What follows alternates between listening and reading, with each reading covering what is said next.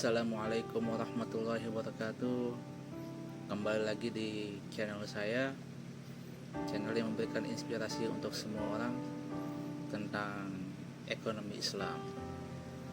Baik, saya akan menjelaskan tentang cara untuk memilih makanan berbasis syariah, makanan halal, ya, yang mana makanan ini yang biasa kita beli ketika kita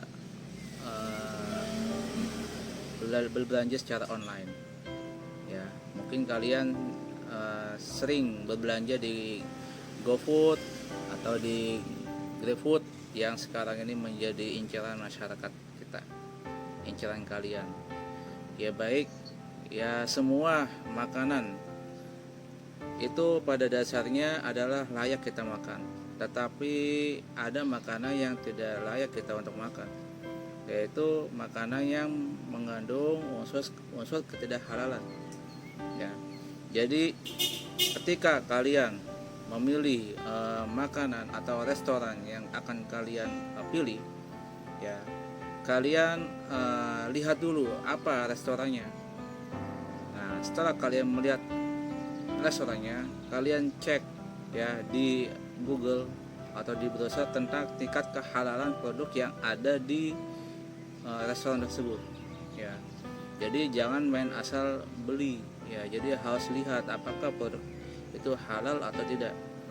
Nah, ketika sudah melihat kehalalannya, yang perlu dilihat adalah apakah dia sudah mendapatkan izin dari Depkes atau tidak. Ya memang kalau misal, ya itu yang harus dilakukan. Ya, yang berikutnya yaitu jika kita membeli semacam daging ataupun apa, lihat daging itu jenisnya daging kambing, daging sapi atau daging ayam. Karena ada daging yang sama-samarkan, padahal daging itu adalah daging babi. Ya, mohon maaf. Daging yang tidak layak untuk dikonsumsi oleh masyarakat muslim. Jadi pada saat kalian katakanlah memilih makanan daging, harus dilihat apakah itu dagingnya itu daging B2 atau tidak.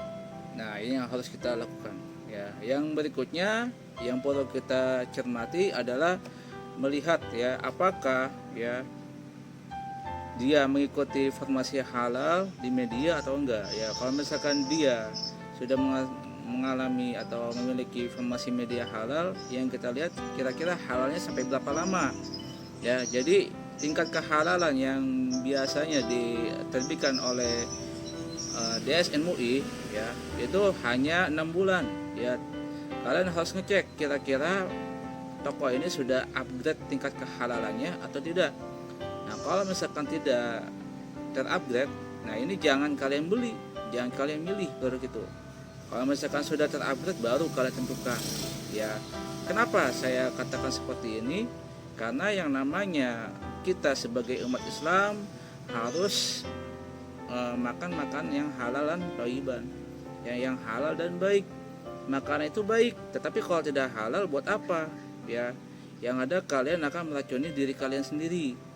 Ya, Allah sudah memberikan batasan kepada masyarakat muslim, ya, untuk makanlah yang halal, ya.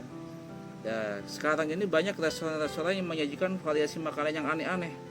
Tetapi kita sebagai umat Islam harus bijak dalam memilih makanannya itu, ya, agar kita tidak terjebak dalam kategori makanan yang tidak halal dalam proses penyembelihannya atau yang lain sebagainya, ya. Dalam memilih makanan di online pun juga sama, ya, harus dilihat apakah ini halal atau tidak.